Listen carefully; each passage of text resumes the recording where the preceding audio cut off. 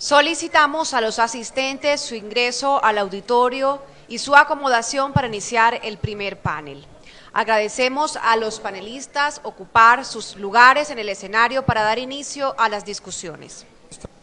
Nuevamente les recordamos que este evento está siendo transmitido en directo a través de internet desde el micrositio oficial de la cumbre www.cumbretratafio-bogotá2015.defensoría.gov.co y a través de todas las páginas web de las Defensorías del Pueblo de Iberoamérica.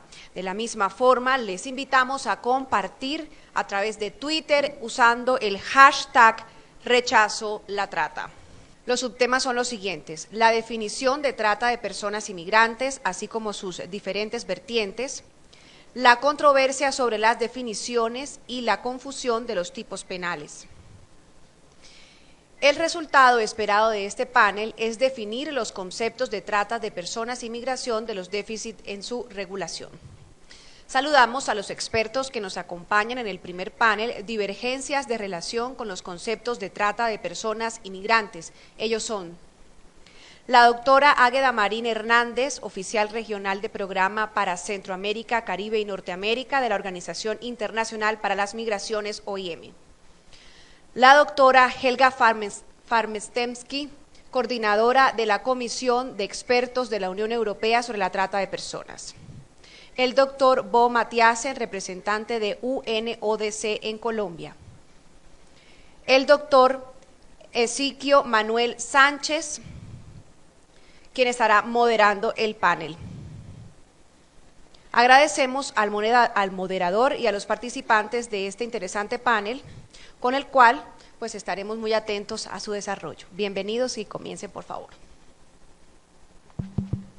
Muy buenos días para todas y todos. Es verdad, motivo de satisfacción para nosotros desde la Defensoría del Pueblo de Colombia darles esta bienvenida a todas las defensoras y defensores del pueblo, ombudsman, procuradoras y procuradores.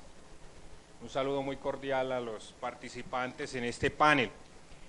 Este panel está centrado en el tema de establecer las diferencias entre la trata de personas y el tráfico ilegal de migrantes o tráfico ilícito de migrantes. Para ello hay que tener de presente varios presupuestos, y es que el flagelo de la trata de personas mueve en el mundo anualmente 32.000 millones de dólares. Alrededor de 13 millones de personas en el mundo están sometidos a relaciones laborales que son verdaderas circunstancias de esclavitud. 4 millones de personas anuales son víctimas del flagelo del delito de trata de personas, y en América Latina se establece que 2 millones de niñas, niños y adolescentes vienen siendo víctimas de la trata de personas.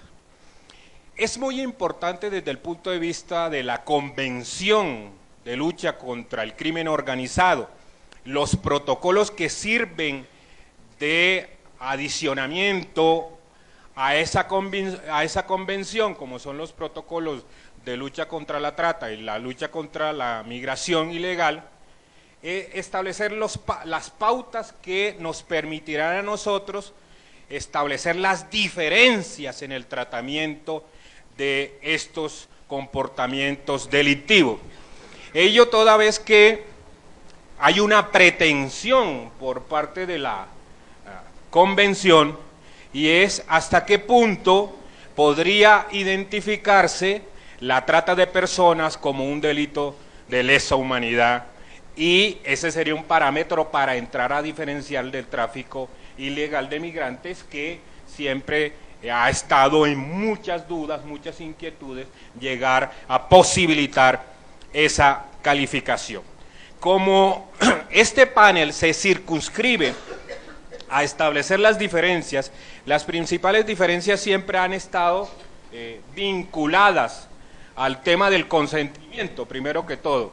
Si el migrante emite el consentimiento. En cambio, en la trata de personas siempre se entiende la trata de personas como un rapto con fines de explotación, y esa explotación siempre viene ligada a la explotación sexual, a la explotación laboral y muy especialmente también al tráfico de órganos, entre otros tipos de comportamientos. El ABC de la trata de personas siempre ha identificado unas causas, unos motivos, unos fines y unos objetivos. En estricto sentido, uno podría calificar, como lo hizo Iris esta mañana, de decir que la trata de personas es el sentido y la forma de la esclavitud moderna de las personas, es la esclavitud del siglo XXI.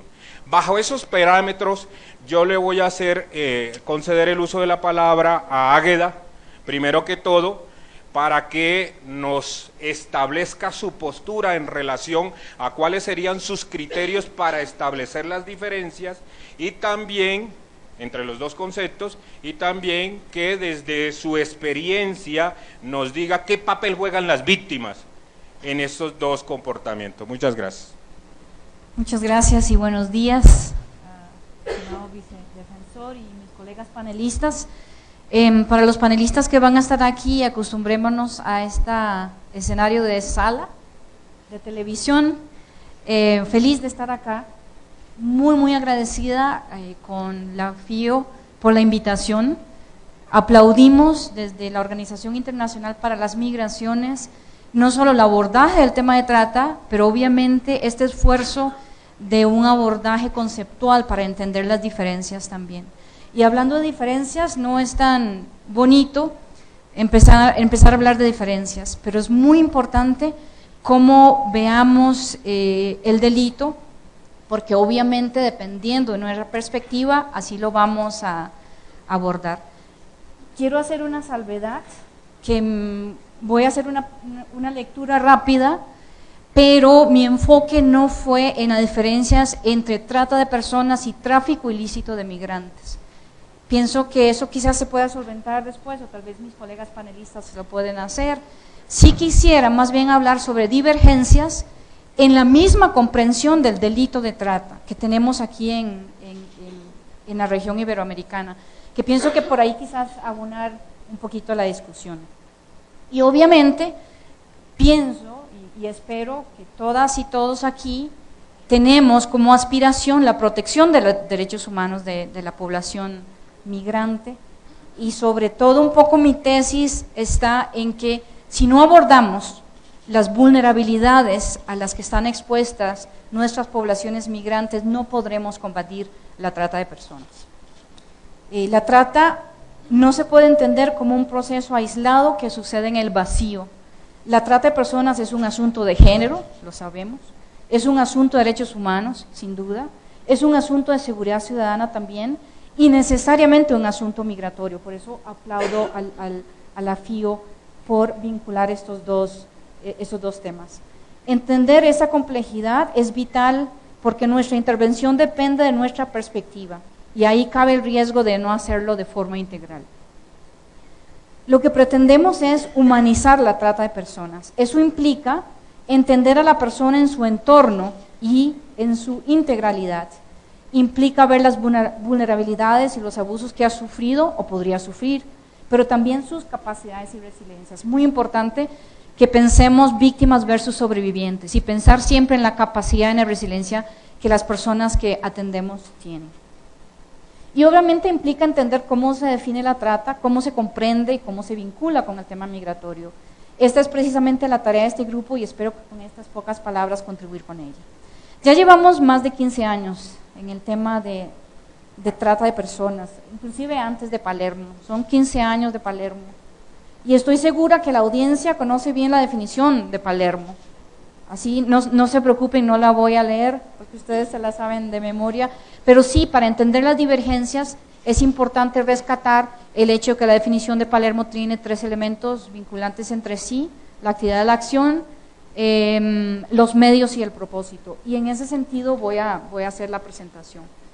Con el permiso de los teóricos y las teóricas aquí presentes, y sin ánimo de ser exhaustiva, Me voy a arriesgar, porque es un riesgo, a mencionar algunas de las divergencias en nuestra comprensión de la problemática.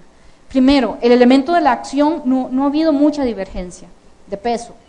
Reclutar, transportar, transferir, acoger y recibir, estos son los verbos rectores.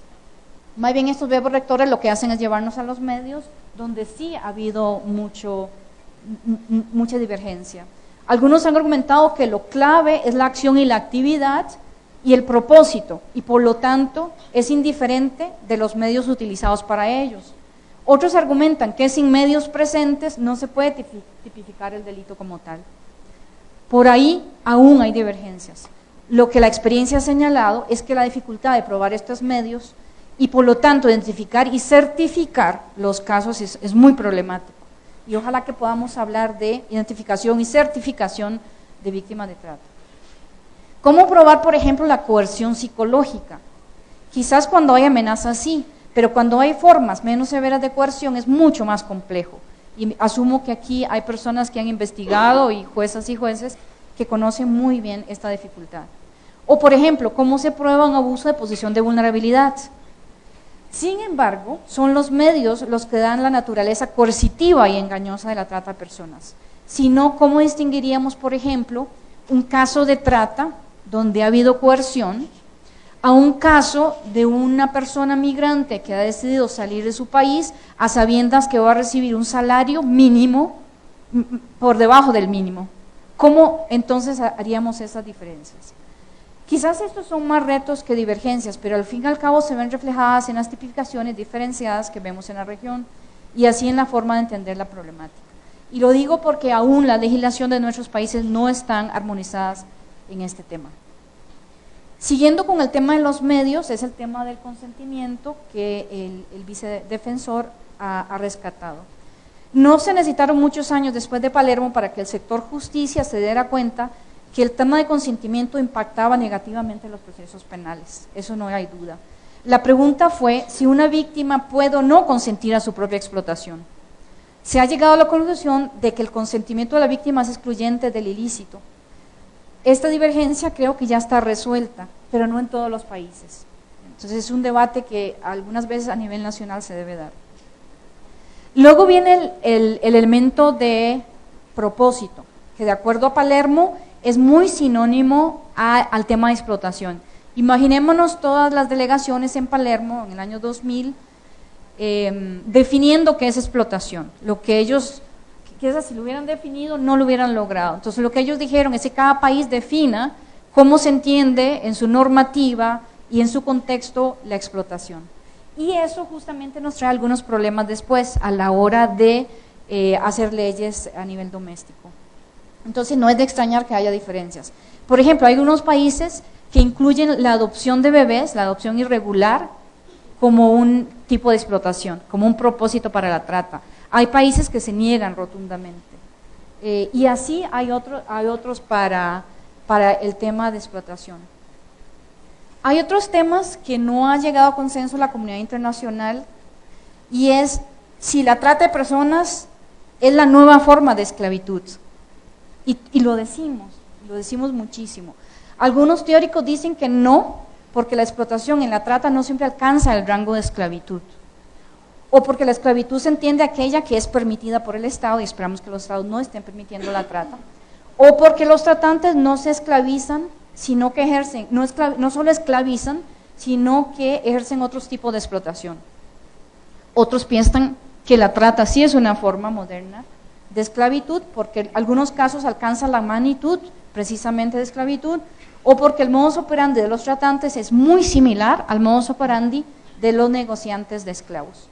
Considero que aquí tampoco hemos llegado a un consenso. Y lo que hago aquí es un poco provocar para que podamos en estos 2 días ir hablando de estos temas aún divergentes.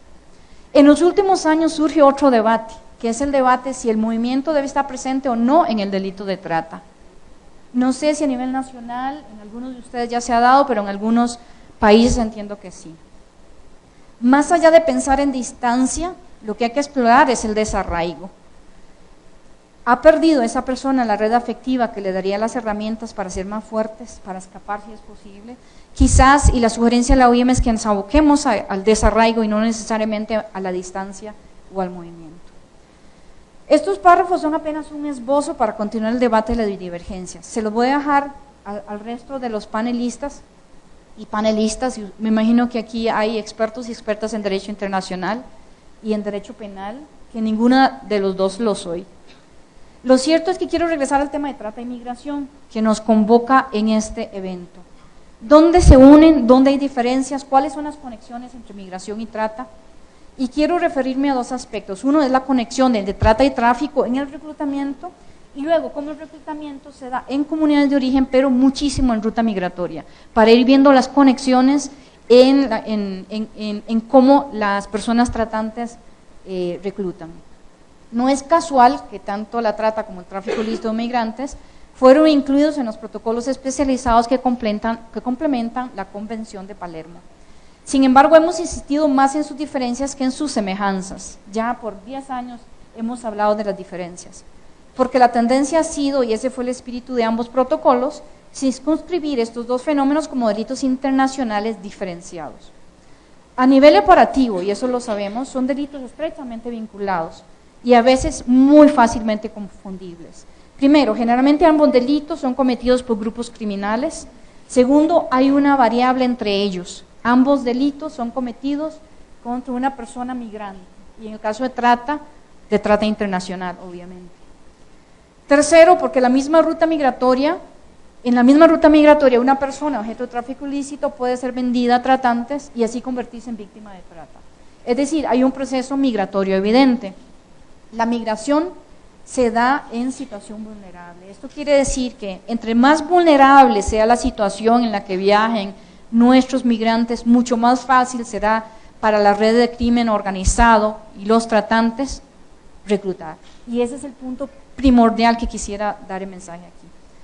Es precisamente esas condiciones de vulnerabilidad que los tratantes encuentran presas fáciles, ahí es donde está la cantera. Y si nos preguntamos cuántas de estas personas son independientes, cuántas son objeto del tráfico ilícito, cuántas son víctimas de trata, 5 minutos. Para que ustedes también me llamen la atención. Un punto central, lo que quiero decir es que si no miramos la explotación en la que está nuestra población migrante, es muy difícil pensar en combatir la trata. Entonces surgen las preguntas: ¿cómo podemos combatir la trata sin mirar cómo las personas migrantes están siendo explotadas? En realidad la respuesta es no. No podemos combatir la trata sin ver la explotación de la población migrante. Así, la elaboración de las políticas públicas y agendas de trabajo es ineludible vincular estos dos delitos. Está el otro tema de cómo sucede el reclutamiento en comunidades de origen y en ruta migratoria. Ya sabemos que el reclutamiento se da mucho con vínculos afectivos en comunidad de origen. Y hay una cuestión fundamental: ya los tratantes saben quiénes quieren migrar, quiénes pueden migrar. Y es obviamente una presa fácil ir donde esa persona y reclutar. Pero también ahora ni siquiera tienen que ir a las comunidades de origen. En ruta migratoria tenemos que solo darnos cuenta en las noticias qué está pasando con nuestros migrantes en ruta migratoria. Pensamos en las violaciones más fuertes. Imagínense qué excelente terreno para un tratante. No podemos, por lo tanto, seguir permitiendo esta explotación. ¿Y eso qué quiere decir? ¿Cómo se plasma? Bueno, cuando hagamos campañas de información no hablemos solo sobre riesgos de la migración.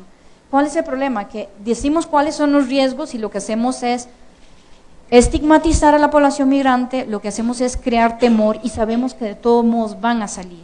Lo que podemos hacer es ofrecer información de referencia, información de apoyo. Por otro lado, no solamente tenemos que ver el tema de pobreza. Generalmente cuando hablamos de trata pensamos en pobreza, pero la pobreza no es el único factor. La pobreza es igualmente responsable de la riqueza como factor de atracción. Y lo que estoy diciendo es profundo, aunque no lo sepa decir, pero es fundamental. Entonces, nuestra propuesta es expandir la protección a migrantes en situación de vulnerabilidad como mecanismo de prevención de la trata de personas. A eso es lo que me quiero referir. Entonces, ¿qué pasa cuando hay un funcionario o una funcionaria de migración haciendo un trabajo de control fronterizo? ¿Cómo hacemos que una persona, un hombre, por ejemplo, que los tenemos siempre por fuera en nuestro imaginario, cómo podemos pensar que ese hombre, un hombre hábil, un hombre en edad reproductiva, en situación migratoria irregular, a veces pensamos que nunca podría ser víctima de trata, y lo puede ser. Pero si vemos una niña o una mujer joven, se nos enciende la luz y decimos que sí. Entonces, ¿qué es lo que pasa? Tenemos que hacer un cambio de mentalidad y tenemos que pensar en el tipo de explotación y la severidad de esa explotación como una forma precisamente de prevenir. Entonces, ¿qué es lo que requerimos? Es crear un enfoque de protección centrada en las necesidades de esas personas migrantes. Estamos hablando entonces de una gestión migratoria humanizada. Y yo asumo que aquí hay personas de funcionarias de migración también, y por ahí es donde voy. Entonces, es una gestión fronteriza que no se enfoca solo en las fronteras, sino que sea armónica con el marco de derecho internacional y que convoca a todas las instituciones del Estado y organismos internacionales.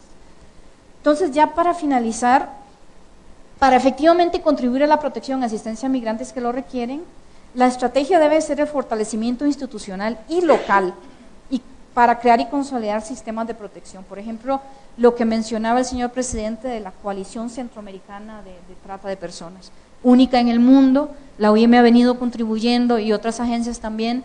Consideramos que espacios así son vitales para la coordinación regional. Y como OIM, nuestro intento sigue ahí, promoviendo un abordaje de protección en la gestión migratoria, un cambio de paradigma donde la persona migrante sea el eje de acción. Es una apuesta, y es una apuesta grande, que esperamos contribuya en el largo plazo a lograr el objetivo que todas y todos aquí queremos: prevenir la explotación de personas en condiciones de mayor vulnerabilidad. Muchísimas gracias. Muchas gracias, Águeda. Bien, Águeda ha dejado allí planteado varias inquietudes. Solo para entrar con Helga, hay otro tema fundamental en el establecimiento de las diferencias, y es el tema de la transnacionalidad de este tipo de comportamientos. En tu enfoque, ¿cuál es la perspectiva para hacer la diferenciación en ese ámbito de estos dos delitos? Y luego sigue ya con tu exposición.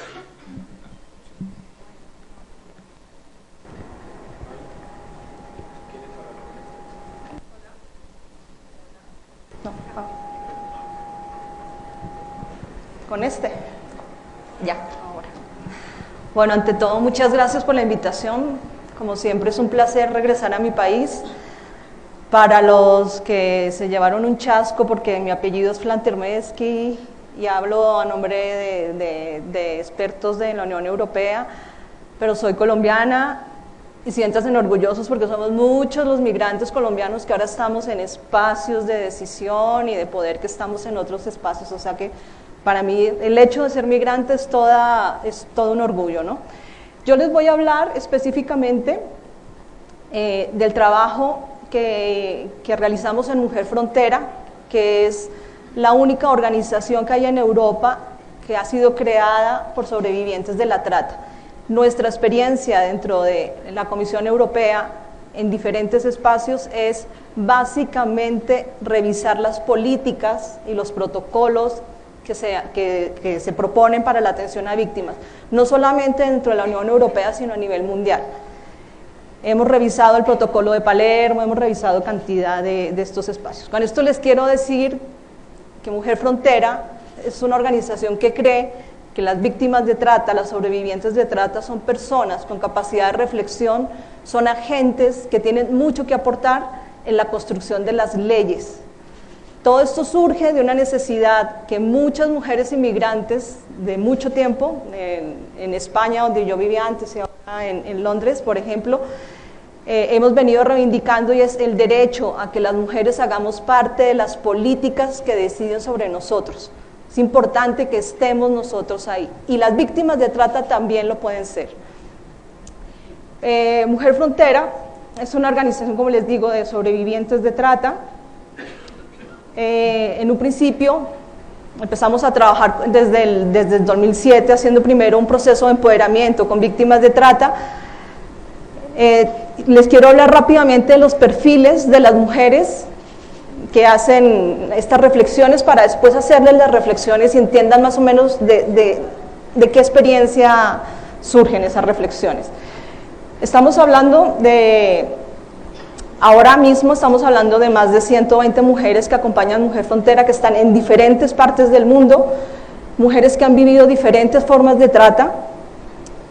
Estábamos hablando de mujeres en explotación sexual obligada, en matrimonio servil, matrimonio forzado, en explotación laboral, en régimen de esclavitud, en extracción de órganos, en mendicidad ajena, y mujeres que han sido reclutadas para ser violadas por actores armados, no como explotación que tiene un lucro, sino simplemente para que sean mujeres que les den un momento de distensión a las tropas, que es muy diferente.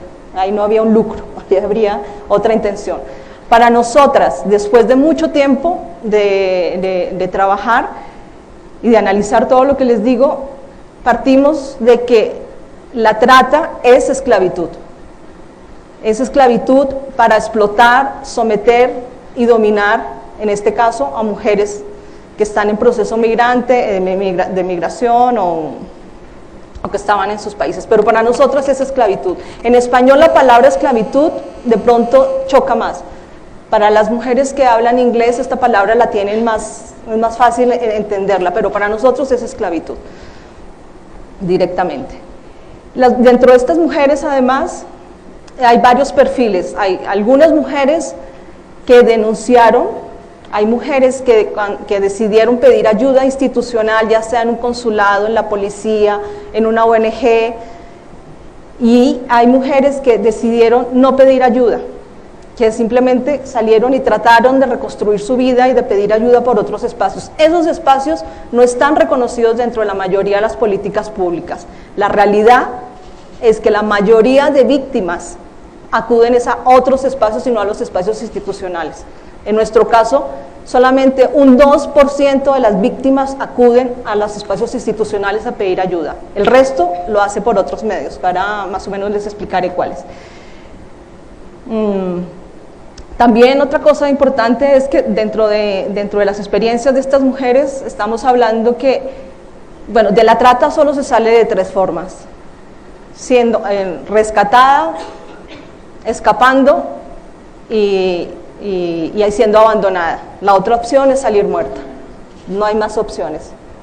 Ahora, dentro de la mayoría, voy aterrizando las reflexiones que tenemos, dentro de la mayoría de manuales y protocolos y todo esto, se reconoce generalmente que la vía para salir de la trata es el rescate, y se hace mucho énfasis, porque el rescate hace énfasis a un trabajo institucional, a tratar de un espacio que un gobierno va a tratar de instaurar para ayudar a las víctimas. La realidad es que las víctimas, la mayoría, no son rescatadas, la mayoría escapan.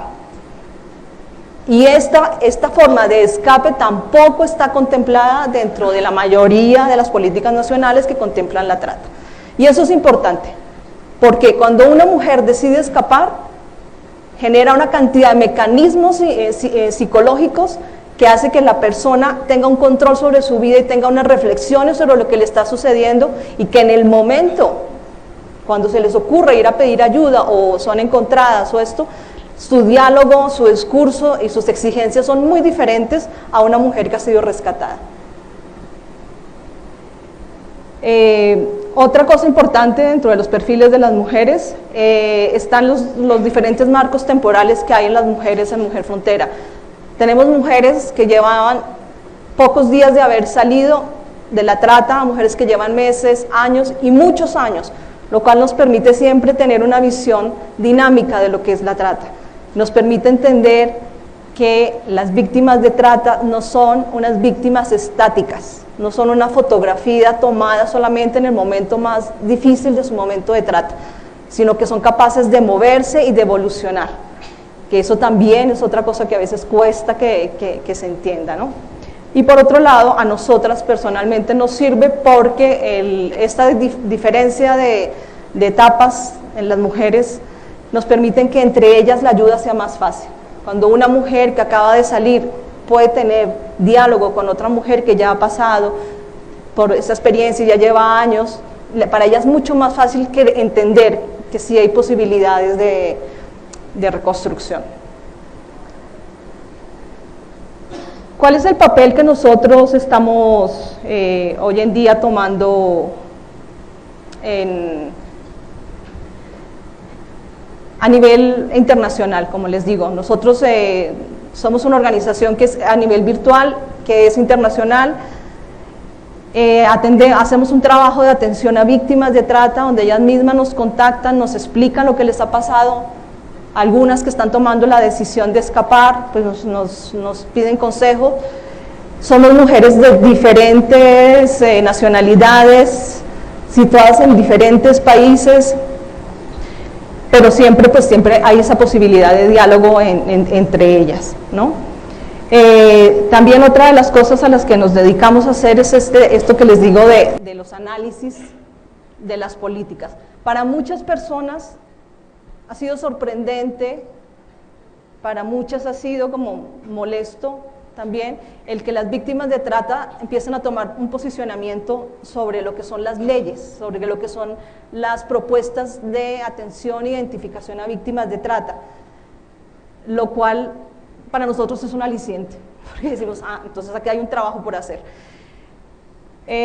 Por ejemplo, les explico una de las primeras experiencias. Cuando empezamos a trabajar con las mujeres víctimas de trata, empezamos a trabajar con ellas no desde la historia dolorosa de lo que les pasó, sino nos centramos específicamente, el primer diálogo fue a leer el protocolo de Palermo y ver si ese protocolo de Palermo, al ponerlo en comparación con la experiencia de la mujer cuando había sido tratada, si ella se veía reflejada ahí. Este ejercicio que lo venimos haciendo durante años nos ha demostrado que las víctimas de trata no se sienten reflejadas en el protocolo de Palermo, por un lado. Después, hemos revisado políticas nacionales en diferentes países. En el 2008, estábamos haciéndolo en Filipinas, Estados Unidos, Colombia, España, y lo que vimos fue, por ejemplo, revisando también estas leyes y estas políticas, las mujeres no se ven reflejadas allí y empezamos a entender por qué no se ven reflejadas allí. Porque la mayoría de personas que han construido desde el protocolo de Palermo leyes nacionales, leyes locales con las cuales hemos tenido contacto, hemos podido hablar, nunca han conocido a una víctima de trata. Por lo tanto, estamos hablando de una víctima imaginada desde un escritorio, desde unos funcionarios, desde otra cosa. Cuando ustedes están hablando de una víctima imaginada, la capacidad de identificar una víctima, de atenderla, los resultados son limitados. Entonces, esta víctima imaginada llevó a que las mujeres empezaran a reflexionar por qué se imaginaban una víctima. Y entendimos, esto es todo un resumen que les estoy haciendo de algo mucho más largo, y entendimos que esta víctima imaginada responde a lo que las instituciones, los gobiernos y algunas organizaciones necesitan, que es tener una víctima perfecta. ¿Qué es una víctima perfecta? Una mujer que siga un rol de víctima, que llore cuando tiene que llorar, que hable cuando tiene que hablar, que se comporte, que se vista y que haga una cantidad de cosas que se supone que deben hacer, ¿no? Y esa víctima imaginada, esa víctima perfecta, también responde pues a esas necesidades institucionales. ¿Cómo hacer que la víctima encaje en las necesidades del gobierno? Ahora bien, ¿cuáles son las necesidades por las que nosotros venimos peleando para que se cambie? Y es nuestro trabajo, por ejemplo, lo que me toca hablar ahora pues de la Unión Europea, es tratar de pelear para que el posicionamiento de las víctimas, las necesidades de las víctimas, las reflexiones y las propuestas de ellas sean inclusivas, que ellas estén ahí presentes, para que los estados dejen de hacer una cosa que cada vez la vemos con más claridad, y es que un gobierno trata de responder a un mandato internacional. Y para eso pone los números, las cifras de víctimas y dice, lo hemos hecho así, cuando realmente las mismas organizaciones que atendemos víctimas decimos con nuestros propios gobiernos, y con nuestros propios gobiernos me refiero en este caso a España y a Reino Unido, de decir, pero ¿de dónde han sacado toda esa información cuando con nosotras, las organizaciones, no ha sido así, ¿no? Entonces, estamos hablando de que necesitan tener lo que nosotros llamamos un marketing institucional que va muy aparte de lo que es realmente la atención a las víctimas. Pero bueno, a nosotros nos queda la satisfacción de saber que las víctimas, por un lado, ellas sí se reconocen como personas que son capaces de reflexionar, de superarse, de que sí es posible reconstruir sus vidas y que políticamente se necesita más apoyo para ello. Bueno, ya como me queda un minuto. Otro de los trabajos más importantes que hemos hecho es hacer una guía sobre la trata de mujeres. Es la primera guía que existe en el mundo donde son las mujeres víctimas de trata las que cogen su experiencia, la convierten en una herramienta para otras víctimas y para funcionarios o personas que trabajan en atención a víctimas. Ustedes la pueden ver en nuestra web, no está en el PowerPoint, mujerfrontera.org. Esta guía les invito a que la vean, les invito que los países que quieran entrar a difundirla o hacer talleres con ellos, contacten con nosotros, porque están las recomendaciones para que las mujeres puedan escapar, por un lado, y hay las recomendaciones desde las experiencias de ellas y las recomendaciones a los profesionales, cómo entrevistarlas, cómo sienten ellos que tienen que hacer la entrevista, cómo deben respetarlas, una cantidad de parámetros que los invitamos. Aquí en Colombia, esta guía fue editada, generalmente la tenemos a nivel virtual, está en varios idiomas. Aquí en Colombia, la Oficina de Naciones Unidas ha impreso la guía, que en estos días la podrán ustedes adquirir, no sé en qué punto del edificio la podrán adquirir, pero la podrán tener, y es muy importante. Esa guía nos ha permitido que muchas mujeres del mundo, de muchos lugares, contacten con nosotros para pedirnos ayuda, para decirnos, estamos de acuerdo, pensamos así. O sea que los invitamos. Esta es una herramienta que es política y que demuestra que las mujeres víctimas de trata también pueden reconstruirse y también pueden hablar y pueden estar dentro del diseño de políticas públicas. Ya está. Muchas gracias, Helga.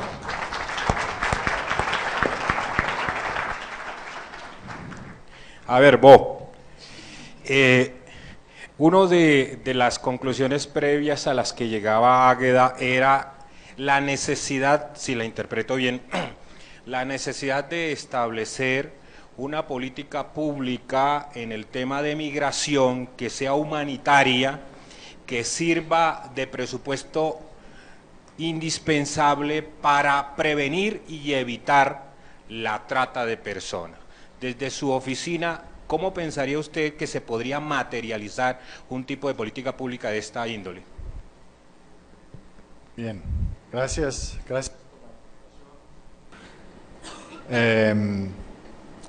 Nos complace realmente está que bien a mis colegas aquí, ponentes.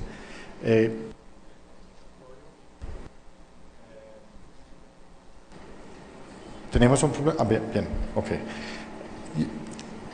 Yo creo que lo que en los próximos 15 minutos voy a intentar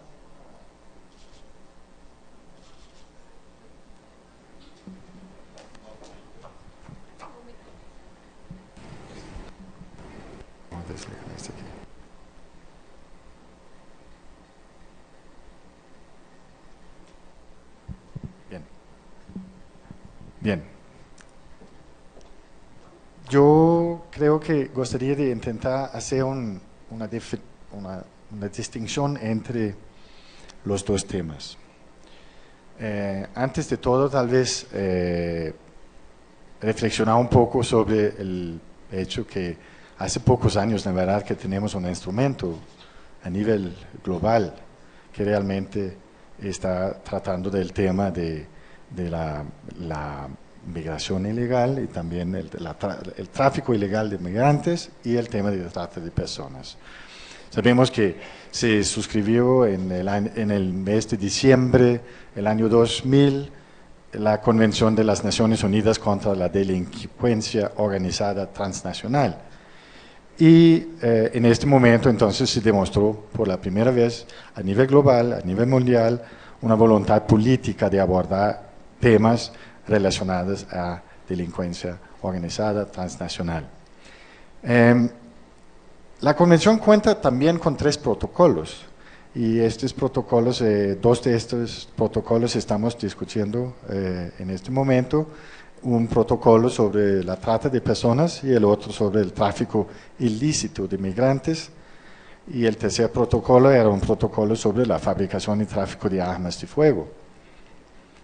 Bien, yo creo que antes de continuar gustaría de mostrar un corto video de 1 minuto, entonces voy a pedir para mis colegas para, por favor, ver si funciona esto de la tecnología. ¿Sí?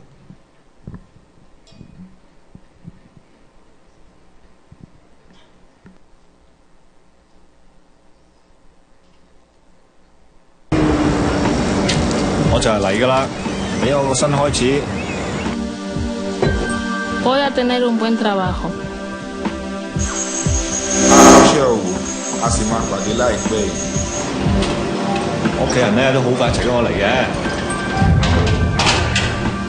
Y voy a poder mandar dinero a mi familia. Pronto volveré a casa.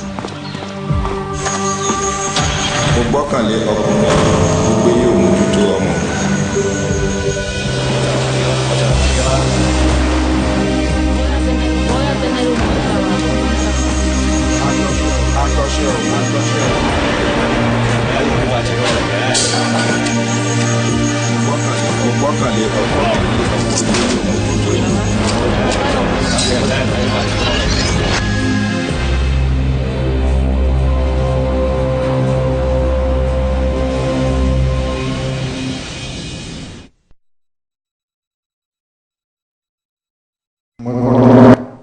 buen Muy corto, pero para sensibilizar y también informar sobre el problema. La trata de personas y el tráfico ilegal de migrantes obviamente son 2 manifestaciones del crimen organizado cuyo propósito es obtener el mayor provecho económico o cualquier otro beneficio mediante la utilización de seres humanos como mercancías.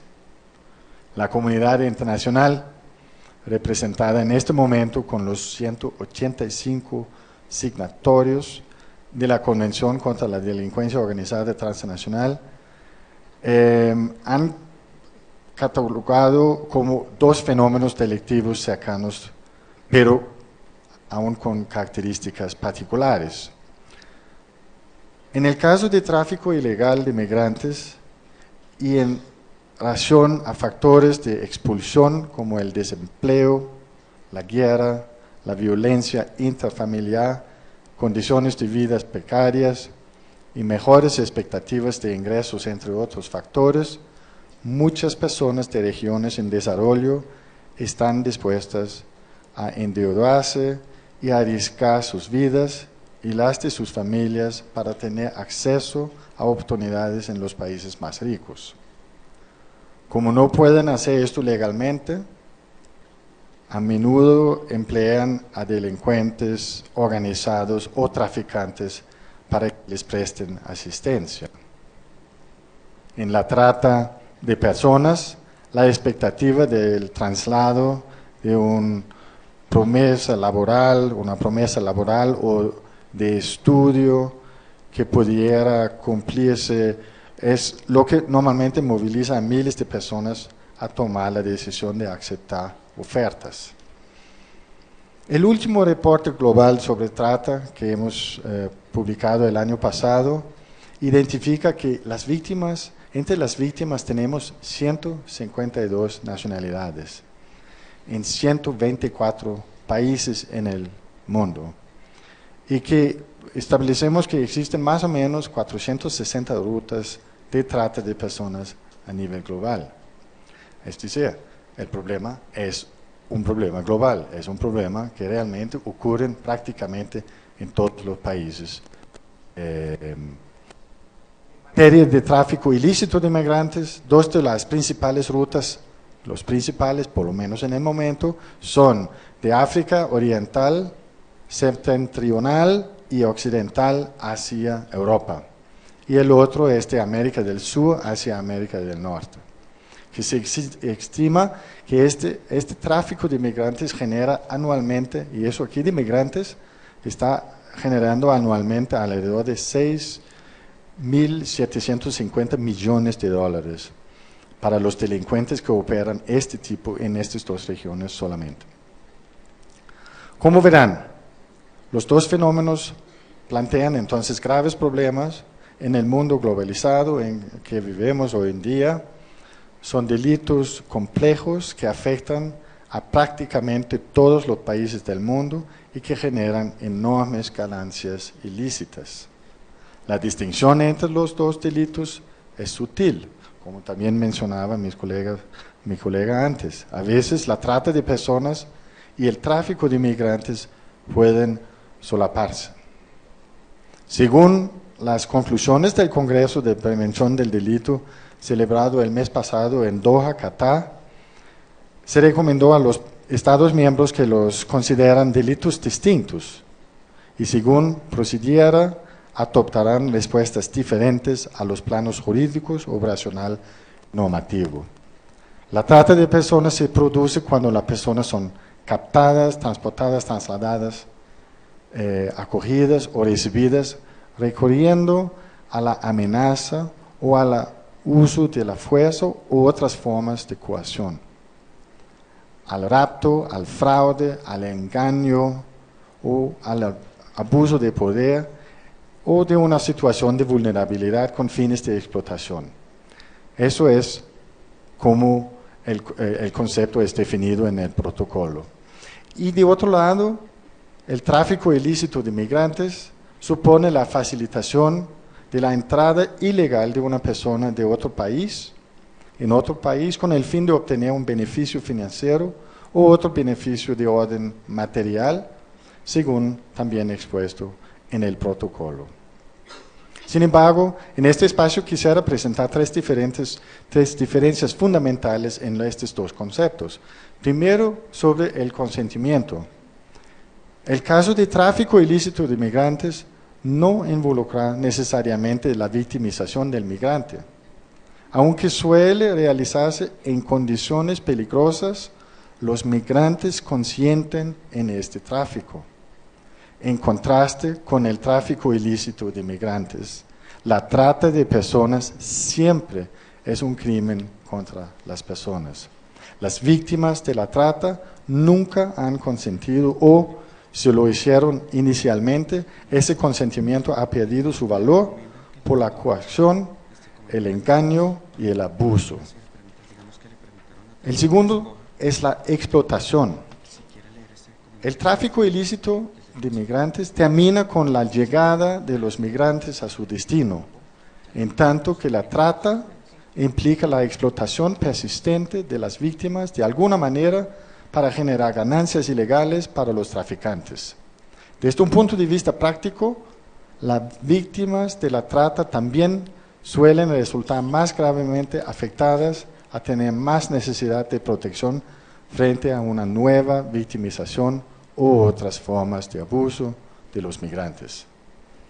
Y el tercer tema que quería tocar es la transnacionalidad. El tráfico ilícito de migrantes es siempre transnacional. Involucra al menos dos países con el objetivo de facilitar la entrada ilegal o tránsito hacia su destino, mientras que la trata no necesariamente es entre países y tampoco implica el tránsito que se haga de manera ilegal. Esta puede tener lugar independientemente de si las víctimas son trasladadas a otro estado o solo desplazadas de un lugar a otro dentro del mismo país. La mayoría de las legislaciones penales han acogido esta diferenciación y consagran los dos fenómenos como conductas independientes. Sin embargo, las políticas relativas a la trata de personas y el tráfico ilícito de migrantes con frecuencia están fragmentadas en muchos países. Las consideraciones relativas al control de la inmigración todavía suelen prevalecer sobre la necesidad de desmantelar los grupos delictivos organizados involucrados en la trata de personas y en el tráfico de migrantes. La trata de personas y el tráfico ilícito de migrantes deben abordarse de manera coherente y integral. con la intervención de diversos ámbitos de políticas, entre los que figuran la gestión de la migración, el control de fronteras y la protección de los derechos humanos, y a través de medidas encaminadas a mejorar el Estado de Derecho, prevenir y controlar la corrupción y promover y fortalecer el desarrollo social y económico. Tenemos unas recomendaciones. Primero, que los estados deberían adoptar políticas y programas generales para luchar contra la trata de personas y el tráfico ilícito de migrantes.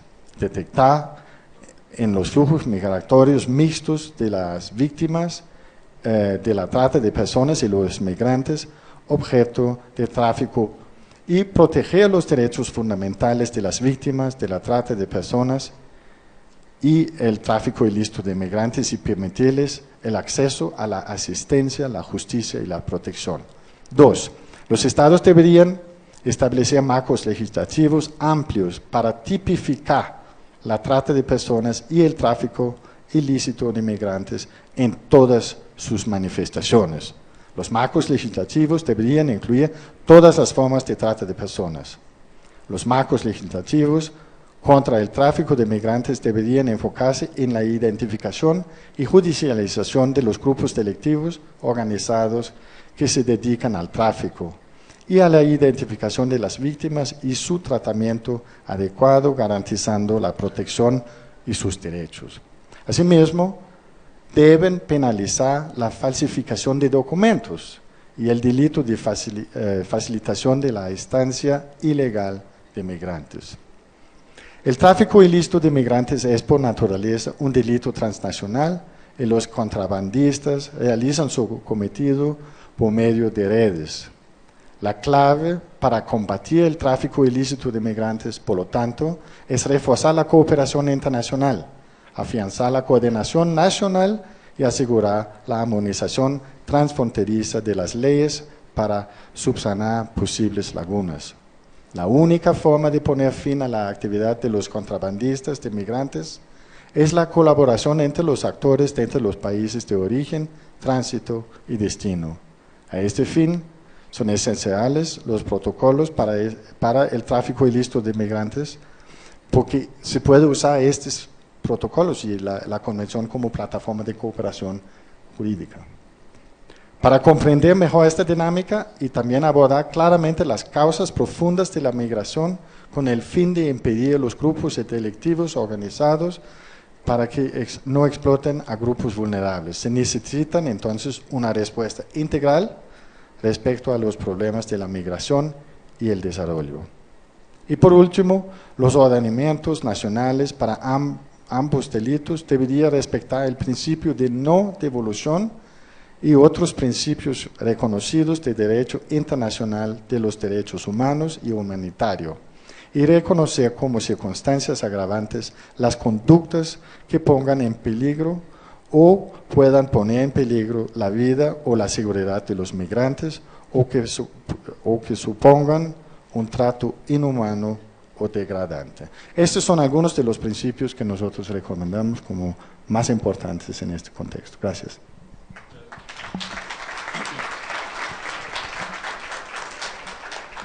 Muchas gracias, Bo. El público ha querido participar. Este es un comentario efectuado por el doctor Luis Raúl González Pérez de México. Hace el siguiente comentario, dice: las condiciones de la migración generalmente son la violencia, la pobreza o la desigualdad social, por lo que la penalización de la migración irregular revictimiza a las personas migrantes. En todo caso, parece conveniente que se considere como una falta administrativa sin que sea entendida como una sanción. Donde debemos ser inflexibles es en la penalización del tráfico ilegal de personas migrantes.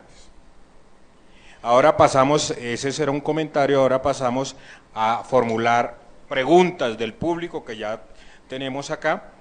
Se nos pregunta para vos, ¿cuál es la relación, cómo establecer ese parámetro de migración interna, causa del conflicto armado y riesgo de trata desde la perspectiva en un escenario de posacuerdo en un proceso de paz?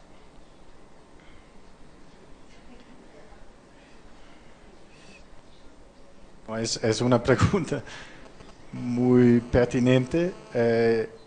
Mira, yo creo que de punto de vista de vulnerabilidad es necesario realmente tener un análisis sobre cuáles son las poblaciones más vulnerables en este contexto. Un contexto de posconflicto obviamente ofrece muchas oportunidades, pero también riesgos. Posiblemente hay mucha gente que gustaría de cambiar de lugar, de donde viven, querían tal vez regresar para sus destinos. Y obviamente en este contexto hay esta posibilidad de ser víctima de trata interna, por ejemplo, trata interna del país. La migración interna obviamente es lo que pasa siempre en un país, migración de, vamos a decir, una zona más pobre para una zona más afluente, donde hay más posibilidades de empleo, de un ingreso mejor, de una vida mejor. Entonces yo creo que eso es algo que Colombia también tiene que pensar en cómo minimizar estos movimientos, en ofrecer mejores oportunidades en las zonas más vulnerables, más pobres, y obviamente tenía un ojo muy grande en el tema de trata interno. Una pregunta para Águeda. Nos dice del Ministerio de Interior de Colombia: para el desarrollo de políticas públicas de asistencia, ¿se podrá abordar el fenómeno con una definición más flexible que la exigida para la declaratoria de responsabilidad penal? No, no, porque en realidad no conozco el contexto colombiano y tengo que disculparme. No sé de qué me están hablando, para ser muy honesta.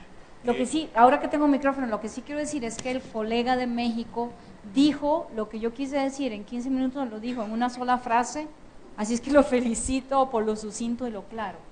Pero esto, en realidad no conozco el contexto colombiano.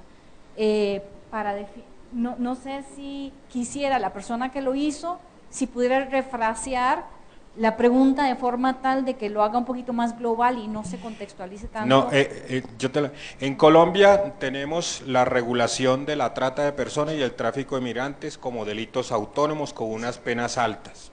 Entonces, en relación con el tráfico de migrantes, sobre todo, se pregunta si esa es la política conveniente, es decir, penalizar ese tipo de comportamientos o establecer una política pública más flexible que la de la penalización de esos comportamientos. Gracias, muchas gracias, señor.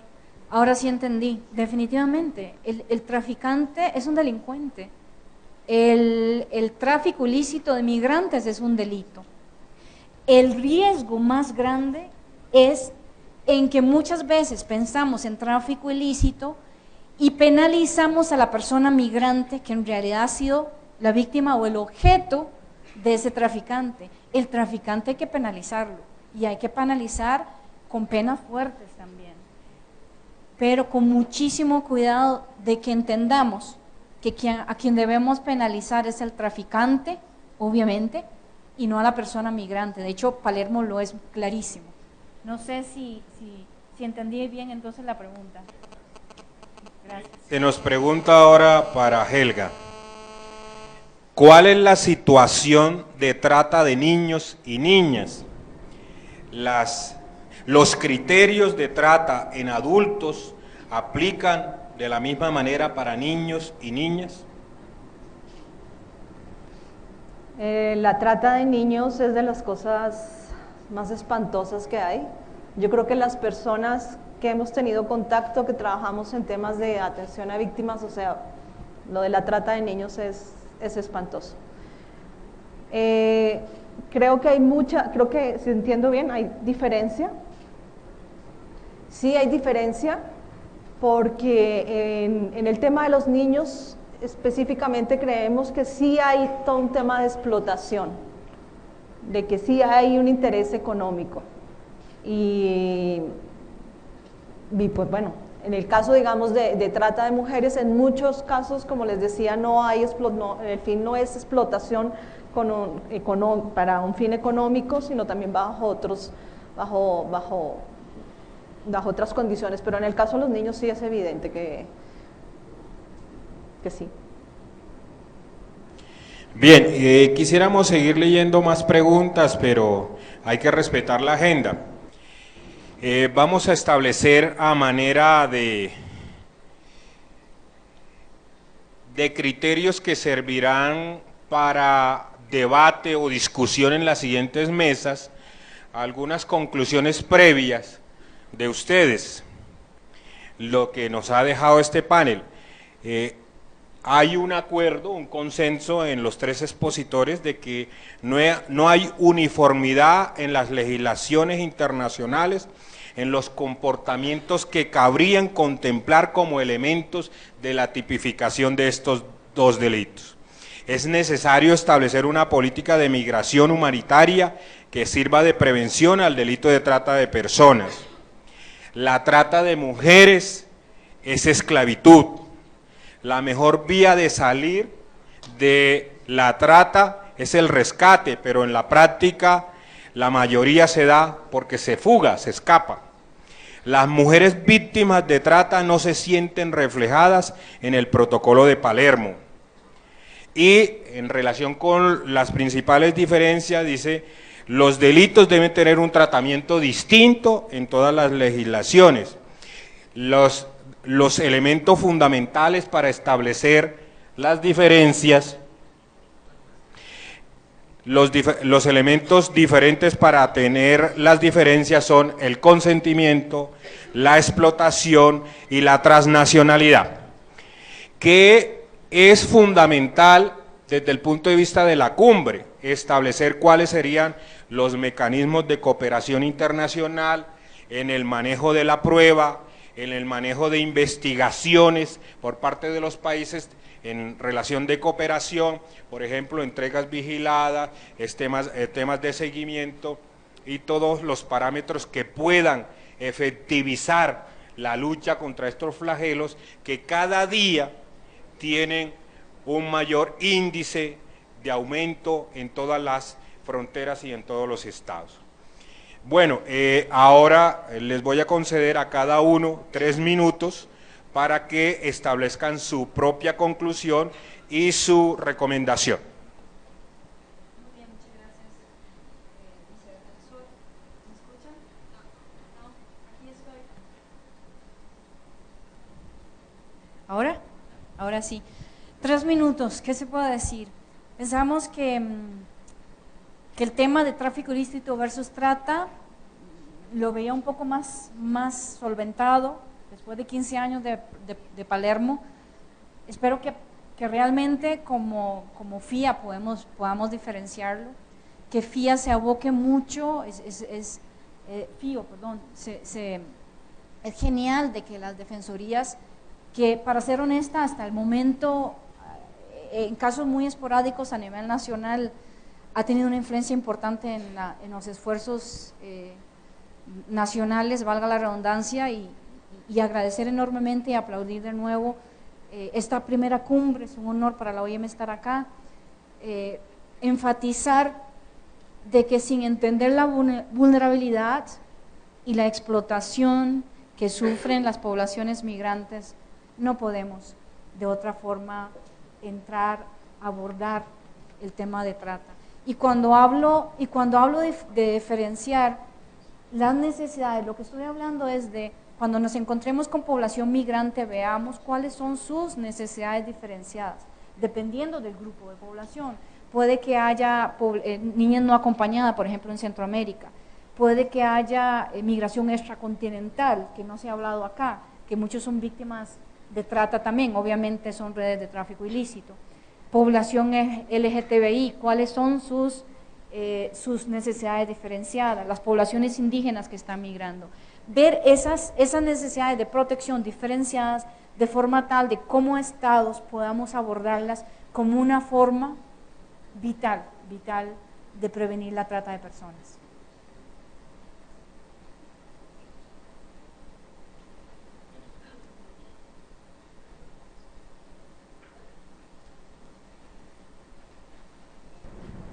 Bueno, con los 3 minutos que me toca, yo aprovecho para recomendarles a las personas que están aquí, que les convoca o nos convoca pues esta cumbre, de que en sus manos está el cumplir una serie de derechos, de incidir en una serie de políticas.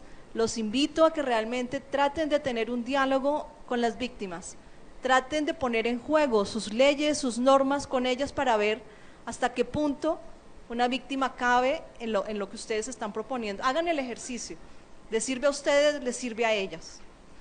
Por otro lado, decir que el tema de los derechos humanos es importantísimo, porque cuando una víctima es víctima de trata, se le están violando una serie de derechos, pero también después, cuando ha salido de la trata, tiene que luchar por otro tipo de derechos que tienen que tratar de luchar para que no sean violados, como son los derechos a que no se convierta una víctima en un testigo y deje de ser la prioridad como víctima, sino pase a ser un testigo, y ahí se le violan también otros serios de derechos.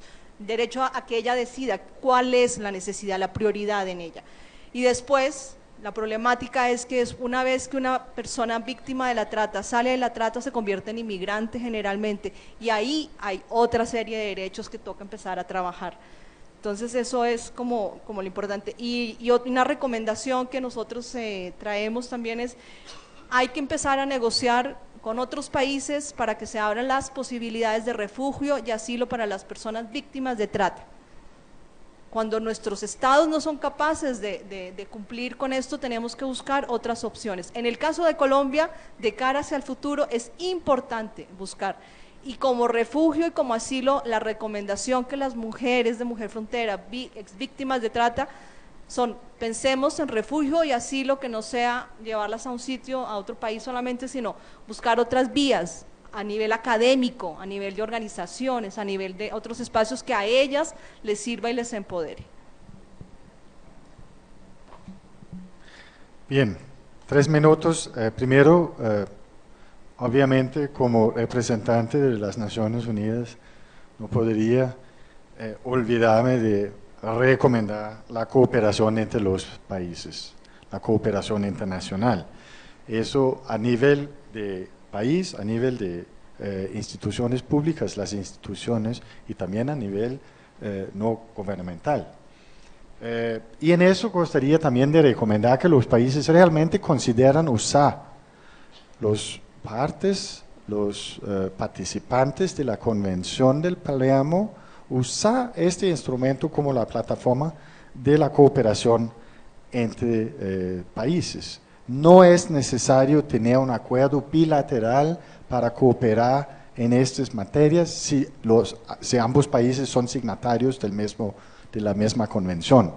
Eso es el espíritu de la convención, que puede servir como instrumento legal, normativo para la cooperación internacional.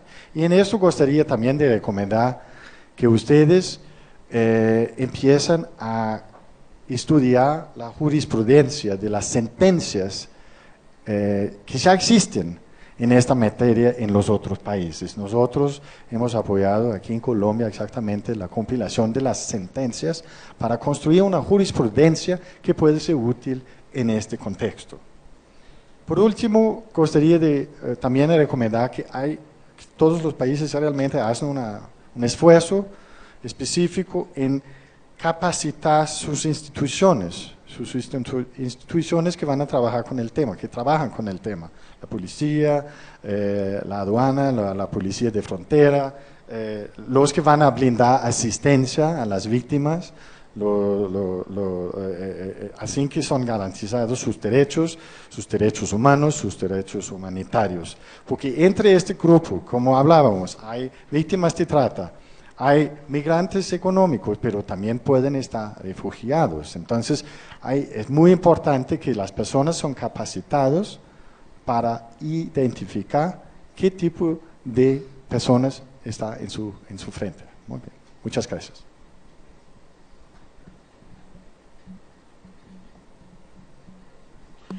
Bueno, a ustedes muchas gracias por la atención prestada. Muchas gracias, Helga, Águeda y Bo. Carolina. Así es, agradecemos a nuestro moderador, a los panelistas por habernos acompañado durante la programación de la mañana que aquí culmina. Queremos saludar muy especialmente al público que se encuentra siguiendo la transmisión en directo a través de internet desde el micrositio oficial de la cumbre, y también ahí pueden tomar las memorias de la cumbre, www.cumbretráficofio-bogotá 2015.defensoría.gov.co y a través de las páginas web de las Defensorías del Pueblo de Iberoamérica. Y de la misma forma los invitamos a compartir sus opiniones al respecto siguiéndonos en Twitter o a través del hashtag rechazo la trata. A continuación los invitamos a un almuerzo ofrecido en el Salón Bolívar 2 y a las 2 de la tarde los esperamos para continuar con la mesa número 2 dedicada al análisis de la criminalización de la migración. Agradecemos su puntualidad para optimizar el tiempo de la jornada.